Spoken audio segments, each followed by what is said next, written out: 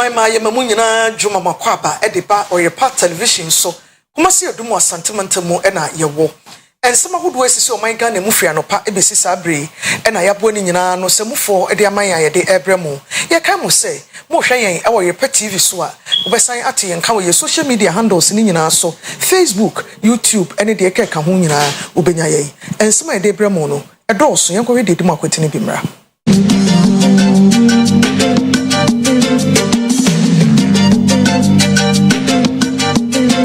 Ghana bobwa ye ho akwa bato so na futu akwa masofo nyina sensema hodo a woka ebo man no wontwe wo ho emfamfiri ho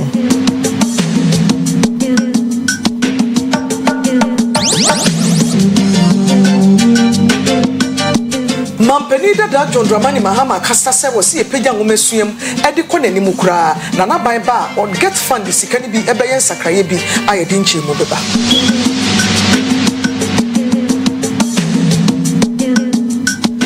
Yabetoa ensem no so e wonsem fufuro motumfo se tutu ababio fi hyedo nunum a wodie nam so amaso ya wo hwe ensrahwe so abeka ema hemafo ho ama wonum enwa Ghana ye nuane e de akira mansan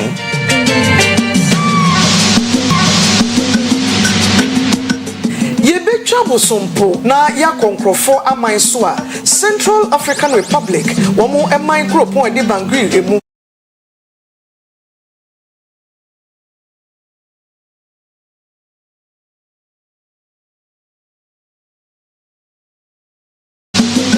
and somewhere far a good dear who dear ye dear ya boni nyina no ayede ebesomo e wodo hwe ba ko edi animu mu kase ayede ebremo emu monka ye ho ne fa sedama ya boafo aye bom so tawa Newman College Department of Nursing wose wa back ba e de amade suafo a matro wasi awie anamo a mo betro na fi so nya A1 kosi C6 a wo qualify wo nursing school be mount tete na wo wi certificate ye kron a ba bia wo wi ase ha wo pese wo tu kwan kwaye adwuma no wo betimi afre 0574 661117 0574 661117 Boshaba Electrical say Nkania Papa Fio mai Energy Commission of Ghana wono ena ma omutumi se obetimi aton Nkania e wo mai mu enti say Nkania ne ho mpempra de cables ne ade no Boshaba ena de dodo na ebegu Kumase Edum prisons runabout edina Oyerepa ene Promise TV ye wo mu no wokọ Kumase heya kegeti adwa kese ehwe ni mu so ebi wo honom ena PZ antata akofo da na mu Boshaba Electrical so honom a wo frɛ na ne mpanifo kasa won sabe ka ne mani bi eye 0322030838 ofreno a wabeboa amade wo hia bia no wonsa atumi aka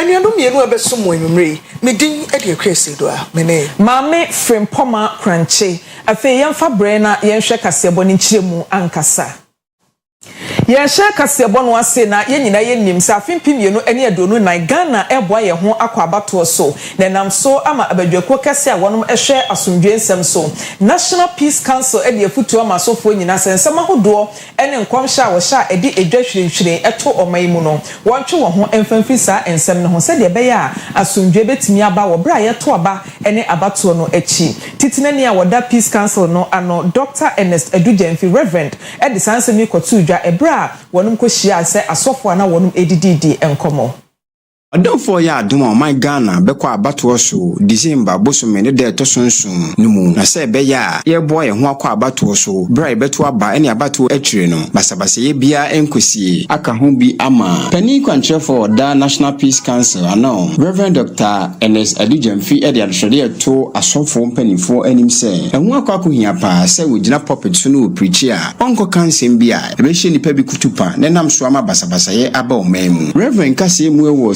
61st annual conference Emma Ghana Baptist Convention asie ne wochim se obade di dwumadi ahya asofo nsa se onhwe se be ya brano no onsem oka no e de asomdwi ebebo mamu na adehye nyina abumatena sinipakro ene no aka ho bi ama onyankopon ani munyam so etimi adede. Every minister of the gospel will understand that we have a responsibility to protect the peace, stability and unity of our country. That whatever we do in this country, we must ensure that we maintain the peace. Tutreni Emma Ghana Baptist Ministers Conference, Reverend Dr. Charles Usu Ampofo, enso nkasi mu echim se, e o se amanyofo ne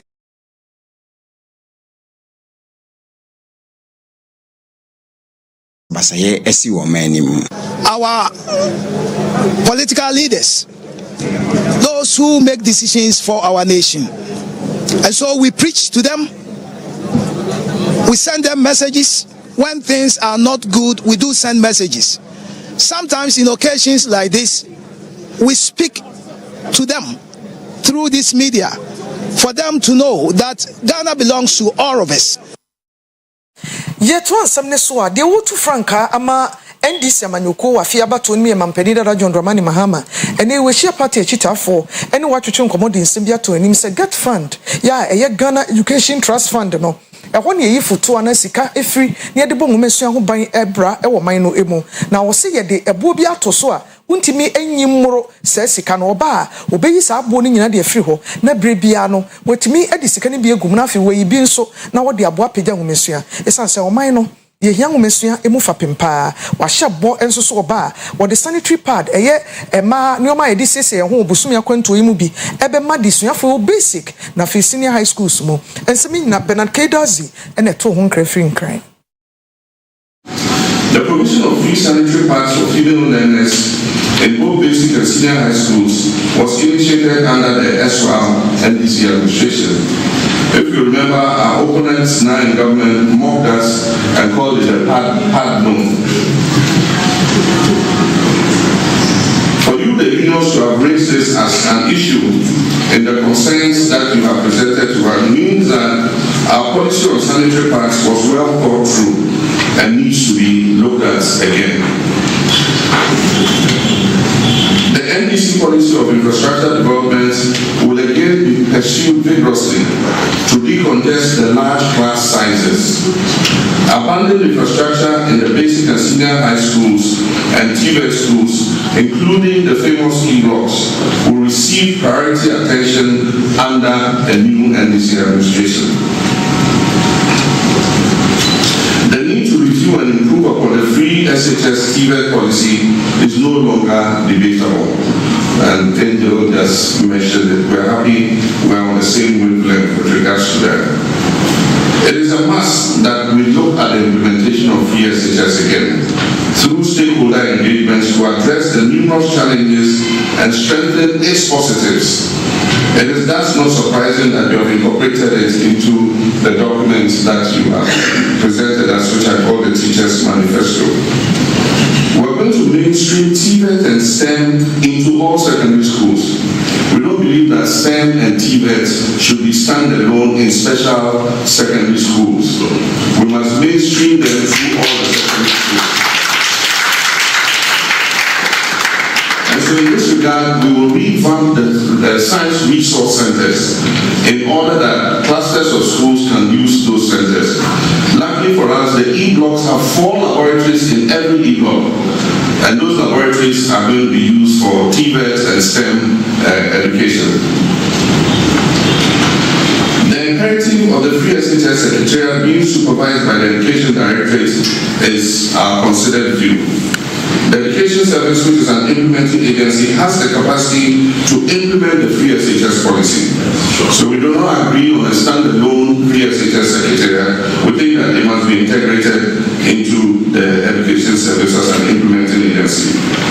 The NDC will therefore integrate the free SHS Secretariat into the Education Service Directorate and not have them exist as separate entities.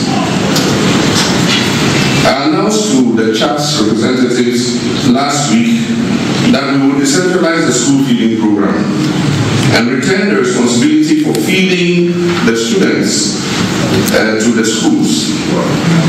This will not only boost the local economy because the schools will buy the food locally, but it will also ensure that the students receive more nutritious food than they currently receive today.